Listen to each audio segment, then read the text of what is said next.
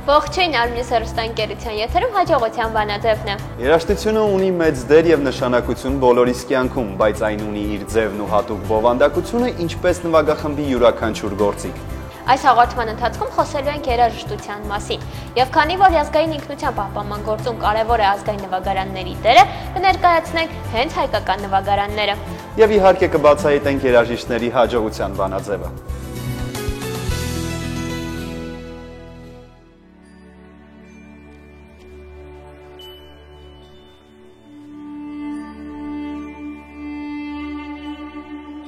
Երաժշտությունը դարեր շարունակ փոխանցվելով պահպանել է ազգային արժեքները եւ ազգային մշակույթի պահպանման կարևորագույն կետերից է։ Հայկական ազգային երաժշտության սկիզբը կարելի է համարել Կոմիտասի ստեղծագործությունները։ Երաժշտությունը ցեղի ամենամաքուր հայելին է, ասել է Կոմիտասը։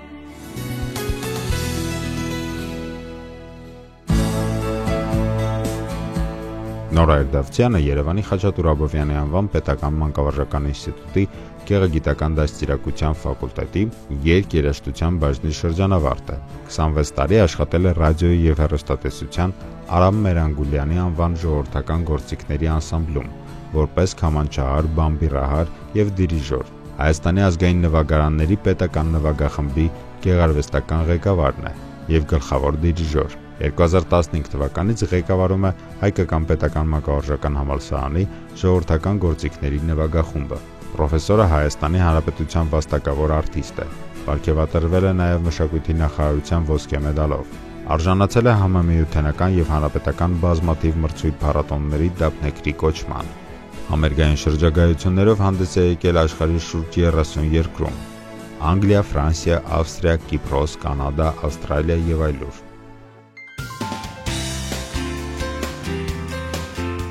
Հաջողության բանաձևն այս անգամ բացահայտել է երաժշտությունը, մասնավորապես ազգային երաժշտությունը, իսկ այդ հարցում ես Կոգնի կուլտուրայի ֆակուլտետի երաժշտության ամբիոնի դասախոս Նորա Էրդավցյանը։ Բարև ձեզ։ Բարև ձեզ։ Ես տեսնում եմ, որ ձեր ձեռքում կա գործիք եւ եթե չեմ սխալվում, դա քամանչա է։ Չեք սխալվում։ Նախ խոսենք նրա մասին, թե ինչով են զբաղվում երաժիշտները, այսինքն գիտենք, որ նվագում են, բայց ինչպես է սկսվում սովորելու գործընթացը, ինչից են նրանք սկսում։ Որպեսզի ամբողջականանա, ձեր հարցի պատասխանը ամբողջական դառնա, ես պետք է սկսեմ ձեզ սովորեցնել ուրեմն։ Ինչպես եք նայում դրան։ Իհարկե լավ։ Հրաշալի պայմանավորվեցինք։ Քամանչան մեր կենցաղում հայտնվել է միջնադարում եւ իր զարգացման բոլոր փուլերում նպաստել են հայ կատարողները։ Ինչու՞։ Բավական է նշել մեկ փաստ, որ մինչ 1909 թվականը քամանչան եղել է 3 լարանի նվագարան։ Ահա այս 4-րդ լարը չի եղել։ Իսկ ով է ավելացրել 4-րդ լարը։ Ավելացրել է մեր հայրենակիցը, Վրաստանում ապրած, ստեղծագործած եւ հռչակավոր վիրտուոզ քամանչահար Սաշա Օգանեզաշվիլին, հայկական անուն Ալեքսանդր Հովանեսյան։ 909 թվականին նա համարձակ քայլի դիմեց, ավելացնելով քամանչայի վրա 4-րդ լարը, ընդլայնելով գործիքի դիապազոնը, ձայնածավալը եւ տեխնիկական հնարավորությունները, ընդհուպ մոտեցնելով ջութակի հնարավորություններին։ Եվ դրա համար էլ բազմաթիվ ու բազմապիսի ստեղծագործություններ են կատարվում քամանչայով։ Ընդհուպ մինչև Արամ Խաչատրյան ջութակի կոնցերտ, գնչուական մեղեդիներ եւ այլն եւ այլն։ Այդ ամենը ստացվում է քամանչայով նվագել։ Երեսը պատված է ձկան կաշվից, այստեղ փոքրիկ կամրջակն է, որի վրա հենվում են, դասավորվում են լարերը եւ այսպես մինչև ականջները։ Գրիֆը չոնախը, ինչպես մենք սովորենք ասել, արձագանքարանը եւ այս փոքրիկ ձողիկը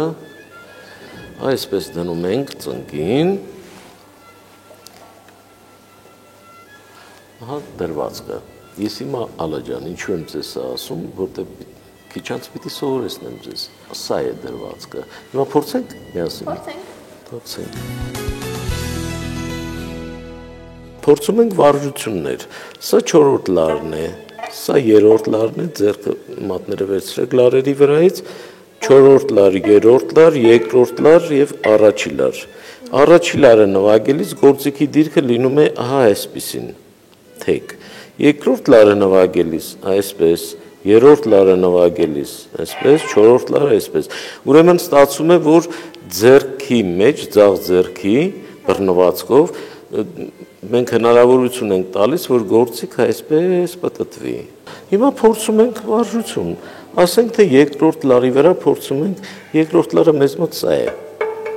Առաջի, երկրորդ, երրորդ, չորրորդ։ Երկրորդ լարի վրա գործիքի դիրքը սա է, փորձում ենք ձայնը հանել։ Քաշեք, քաշեք, քաշեք։ Առանց լարվածության ձեռքը պետք է թույլ լինի, շատ լարված է ձեր ձեռքը։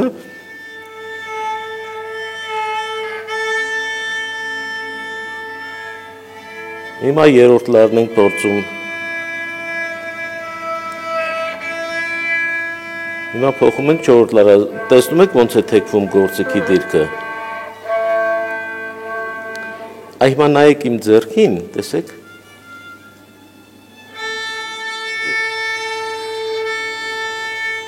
Նայեք, ինչպես եմ փոխում։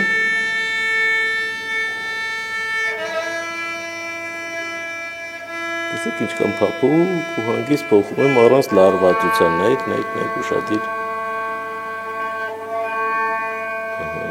Ուղղահայաց ուղիղ պետք է շարժվի լարի վրա, որ ձայնն էլ ավելի որակով լինի,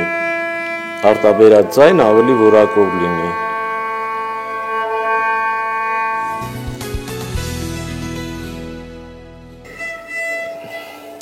Համարձակաշիր։ Կարծում եմ հեռուստադիտողները նվագելու ընթացքում հաստատեցի ձայնը քիչ է սովորել։ Արմունկը շատ չենք բարձրացնում, ահա, հրսիր։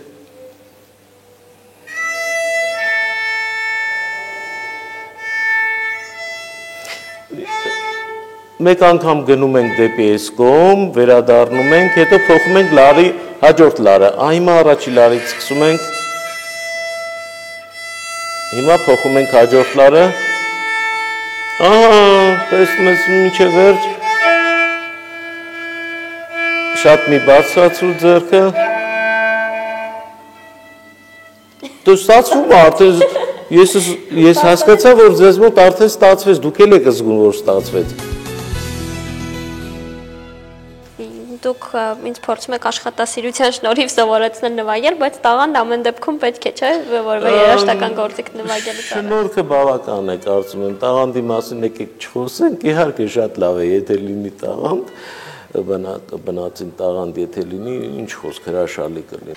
Հետաքրքիր է, բացի Քամանչայից ազգային նվագարանների մեջ ինչ գործիքներ են մտնում։ Ուրեմն ազգային նվագարանների նվագախումբը պետք է ունենա բոլոր խմբերը իր մեջ ներառված, այսինքն թառերի խումբը, քամանչահարների, կանոնահարների, փողայինների եւ այլն։ Այդ բոլոր խմբերը առանձին դրանք յուրաքանչյուրը մի գեղեցիկ գույն է, երանգ։ Երբ որ միասնական հնչում են, այդ երանգը ամբողջականանում է արդեն, գունապնակը արդեն շատ գեղեցիկ է դառնում։ Եթե այդ գունապնակի մեջ ներառված չի, օրինակի համար թառերի խումբը, արդեն այդ գույնը պակաս է։ Այդ կտավի մեջ այդ գույնը պակաս է։ Արդեն աչքի է զարնում, ականջը արդեն լսում է դա, որ պակաս է։ Նվագախմբում բոլոր երաժիշտները պետք է հավասար քանակությամբ լինեն, թե կարող է քանակը տարբեր լինել։ Չէ, դա կախված է, ինչպես սիմֆոնիկ նվագախումբն են համալրում անհրաժեշտ նվագարաններով, ասենք որքան ջութակ է անհրաժեշտ եւ դրա հետ միասին թավջութակահարների խումբը որքան պետք է լինի, սա շատ կարևոր է, բասերի խումբը որքան պետք է լինի եւ մնացած խմբերը, այնպես չի, որ եթե մի խմբում մի քիչ շատ են երաժիշտները ընդգծված ավելի, ընդգրկված ներեցեք, Այս պարագայում արդեն կխախտվի հնչողության ներդաշնակությունը, կխախտվի։ Օրինակ, 10 քամանչայի հետ միասին վատ չի լինի 6 թառ, բայց ոչ ավելին։ Հասկանում եք, այս համամասնությունը պետք է պահպանել նվագախմբում, շատ կարևոր է, որտեղ նվագելու ժամանակ որքան էլ դու փորձում ես ճնշել, որպեսզի թառերի խումբը մի քիչ ավելի զուսպ հանդես զգան, միևնույն է թառը հնչեղ գործիք է։ Ուրեմն շատը արդեն իր վտանգը ունի։ Պետք է համամասնորեն, պետք է համաչափ լինեն, քանակական իմաստով նաև։ Սա ուդն է, մեր կենցաղում շատ տարածված նվագարան, վաղ ժամանակներից, սա և մենակատարային նվագարան է իր էությամբ, և նաև նվագախմբում նվագակցող ֆունկցիա է կատարում։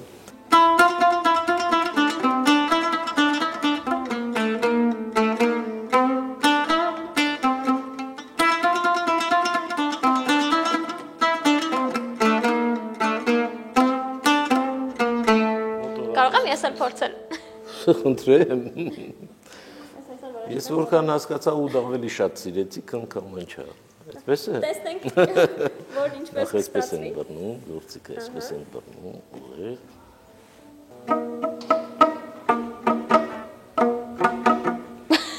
Պասպարից եթե կամանչա մի փոքր ստացվեց,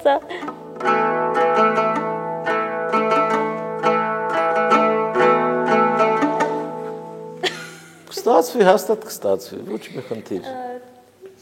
Եթե տրամադրվեք նվագել սովորելու, ես ձեզ խոստանում եմ, որ կարճ ժամանակամիջոցում և ուդ կսովորեք, և քամանչա կսովորեք, և նաև մնացած նվագարաններ հետ կարող եք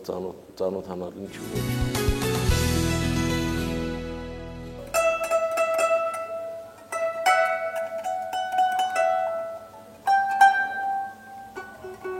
Ինչ ասես, որ չի կարելի այս գործիքով կատարել, էլ սարասատ է, ջազային ստեղծագործություններ, ռուսական ստեղծագործություններ, հայկականի մասին չեմ ասում, շատ սիրված է մեզանում մեր կենցաղում կանոն նվագարանը։ Ես ինքս շատ հավանեցի և կարծում եմ այս հաղորդումից հետո կսկսեմ գոնե որևէ գործիքին տիրապետել և կսովորեմ նվագել։ Տասնամյակներ առաջ կանոն նվագարանը եղել է տղամարդկանց մենաշնորհը։ Ավագ տարիքի մարդիկ պետք է հիշեն Մերանգուլյանի կոլեկտիվում երկու ճաղատ կանոնահար պապիկների Նշան Հոպյան և Զավեն Տերմենջյան տղամարդիկ էին։ Այնուհետև ինքը Խաչատուր Ավետիսյանը նույնպես փայլուն կանոնահար է եղել, բայց նրա սանը Անժելա Աթաբեկյանը դարձավ առաջին կին կանոնահարուհին և դրանից հետո սկսվեց արդեն կանանց մենաշնորհը կանոն նվագելու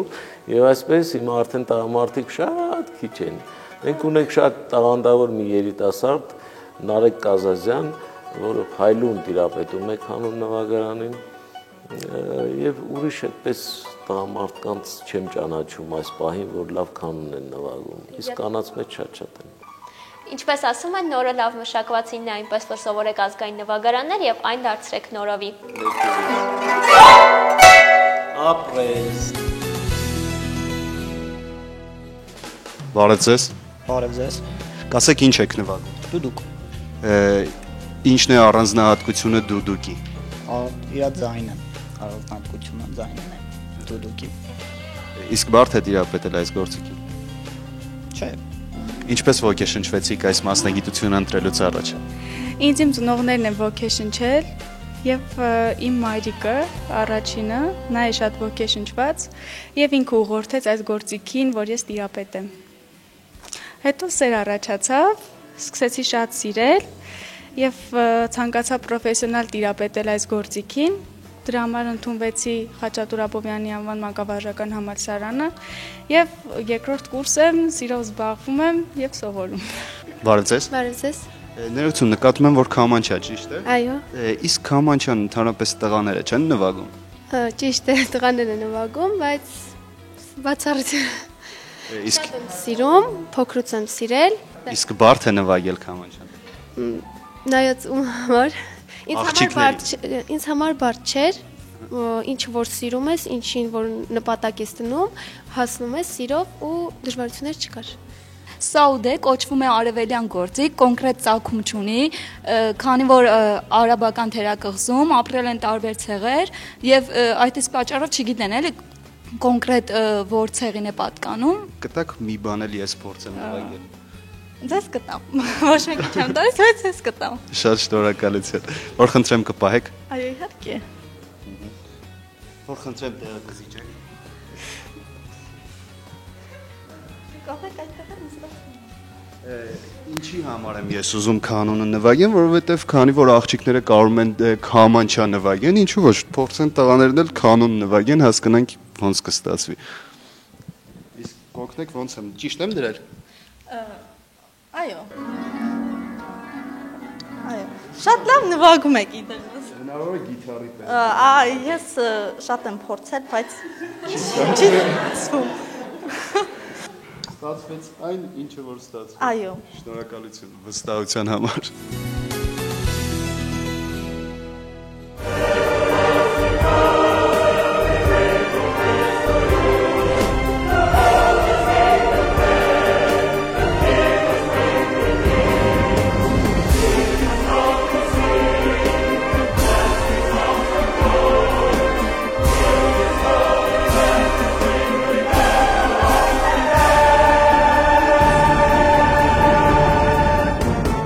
Երաժիշտ երգահան Արա Գևորգյանին ճանաչում են բոլորը հայրենիքում եւ նրա սահմաններից դուրս։ Թառահար Կառլեն Գևորգյանի եւ ժողովրդական երգչուհի Վալյա Սամվելյանի ընտանիքում ծնված Արա Գևորգյանը չի էլ պատկերացնում ուրիշ ինչ մասնագիտություն կընտրեր։ Վերմանկուց շրջապատված է եղել երաժշտությամբ։ Դարձել եմ երաժիշտ,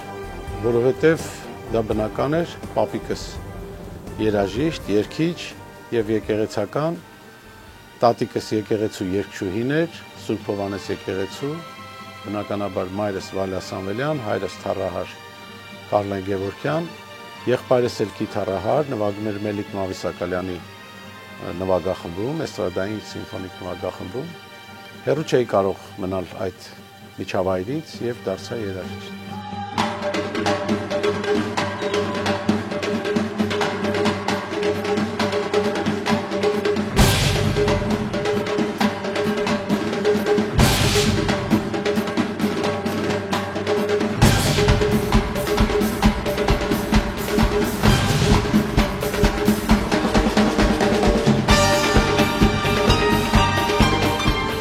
Երաժշտական կրթություն ստացել է Արմեն Տիգրանյանի անվան երաժշտական դպրոցում, ապա Գեղարվեստի ուսումնարանում, բարձրագույն կրթությունը Մանկավարժական ինստիտուտի կուլտուրայի ֆակուլտետի փողային գործիքների եւ էստրադային բաժնում։ Ամբողջ այդ ընթացքում ես երբեք չեմ կտրվել երաժշտությունից եւ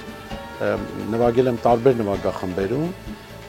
նույնիսկ ինքս եմ ստեղծել նվագախումբ հենց դպրոցական տարիներին եւ երբ որ նվագում էի ռալի նվագախմբում, մենք շատ արդեն համերգներ էինք տալիս եւ նվագում էինք մեր սեփական ստեղծագործությունները։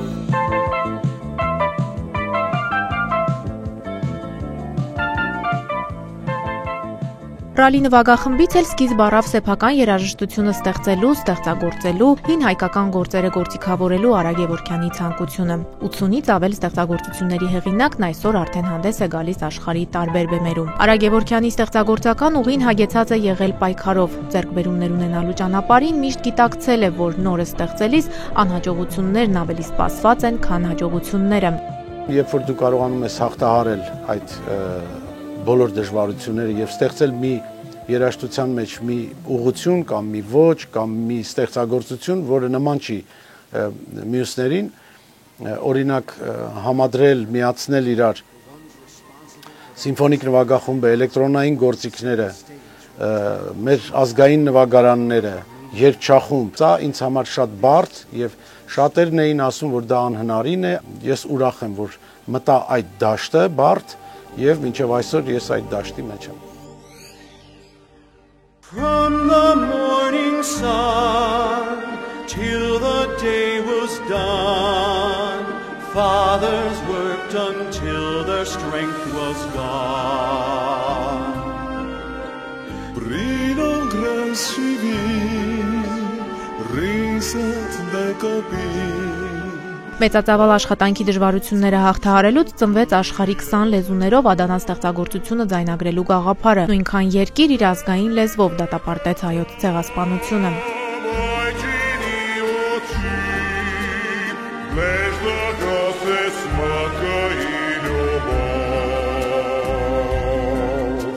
Համերգներն Արա Գևորգյանի ամենօրյա աշխատանքի արդյունքն են, որն ամուր է պահում հայրենիք-սփյուռք կապը եւ երաժշտության միջոցով աշխարհում տարածում հայկական բարությունն ու խաղաղությունը։ Արա Գևորգյանն այսօր ղեկավարում է Մանկավարժական համալսարանի երաժշտության ամբիոնը։ Չնայած ամբիոնում ուսուցանում են երաժշտական տարբեր ուղղություններ ամենատարբեր գործիքներով, երաժիշտը շարունակում է ուսանողներին հմայել ազգային գործիքներով, բայց դրանք անհրաժեշտ է նաեւ պահպանել։ Շատ բարդ իրավիճակում ենք հայտնվել, որ մեր ազգային նվագարանները պակասում են, նվագողների թիվը պակասում է, նաև պակասում են գործիք պատրաստողների թիվը, ինչը շատ մտահոգիչ է եւ կարծում եմ բոլորս պիտի դրանով մտահոգված լինենք, որ թար պատրաստող ընդամենը 1 հոգի ունենք ամբողջ Հայաստանի եւ Արցախի տարածքում։ Ես այդպես եմ լսել, տա Աստված, որ ես ինքս սխալ ինֆորմացված լինեմ։ Համենայն դեպս անհանգստանալու արդեն կարիքը կա եւ պետք է անպայման համագործակցության արդյունքում, չգիտեմ, առաջարկների արդյունքում մենք վերաստեղծենք նորից մեջ այն դպրոցները, որոնք ժամանակի ընթացքում վերացել են։ Երաժշտական դպրոցների, ասենք, կամ ուսումնական այնպիսի հաստատություններ, որտեղ կպատրաստեն գործիք պատրաստողներ, հենց վարպետներ։ Արա Գևորգյանին անհանգստացնում է այն, որ քչերն են իրենց երեխային փողային գործիքների ուսուցման դպրոց տանում, այնինչ արտերկրում ամեն երկրորդ երեխա մի գործիք է նվագում։ Մեզանում պահպանվել է միայն կիթառը, մասամբ նաև դաշնամուրը։ Նրա կարծիքով երաժշտի մասնագիտությունը բոլոր բուհերում պիտի անվճար ուսուցանվի, ինչը կխթանի մասնագիտության հանդեպ հետաքրքրությանը։ Երբ որ մեր ազգային գործիքն է վերանում, որը ծնունդը, հենց որի ծնունդը Հայաստանն է, եթե դա վերանում է, որտեղից մենք պետքա դա գտնենք, որ շարունակենք։ Ուստի մենք պետք է կարողանանք պահպանել մեր ազգային նվագարանները։ David Gherorghian on the drums.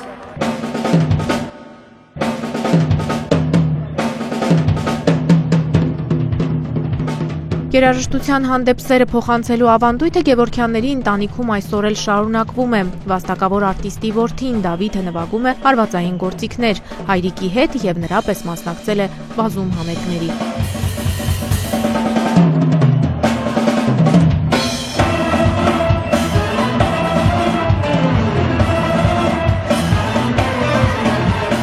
Հայրենիքում բազմաթիվ պարգևների, կոչումների արժանացած արվեստագետի համար նրա սահմաններից դուրս ստացածներն առավել պարտավորեցնող են։ Միխայել Լոմոնոսով պատվոշքանշանին Արա Գևորգյանն արժանացել է 2007 թվականին Ռուսաստանում երկու ժողովուրդների միջև բարեկամության համար։ Երաժիշտը վստահ է, սա հայ ազգին, երկրին ու հայկական երաժշտությանը օտարի կողմից տրված բարձր գնահատական է։ Ես այդ մեդալներից ամեն օր ստանում եմ, երբ որ փողոցով քայլում եմ, եւ ժողովրդի այդ վերաբերմունքը, այդ ջերմությունը ես տեսնում եմ, դրանք ամեն մեկը մի մեդալ արժեն։ Երգահանն այսօր էլ ապրում է բուռն ստեղծագործական կյանքով, պատրաստվում է համերգների, ձայնագրությունների, որով տարածում է խաղաղություն ու բարություն։ Կյանքում հաջողությունների հասած երաժիշտն ունի հաջողության իր բանաձևը։ Աստծո տված շնորհ,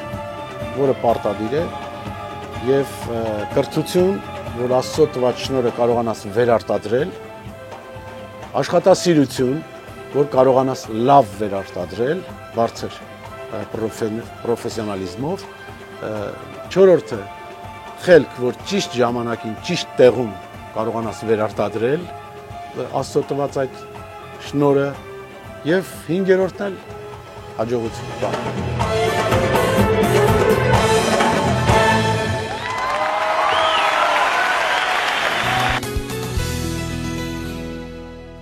Ցանկացած երաժշտական գործիք ունի իր առանձնահատկությունը, բայց ամենակարևորը ազգապահպանման առաքելությունն է, որը կարելի է ստանձնել ազգային նվագարանները ուսումնասիրելով եւ գործածելով։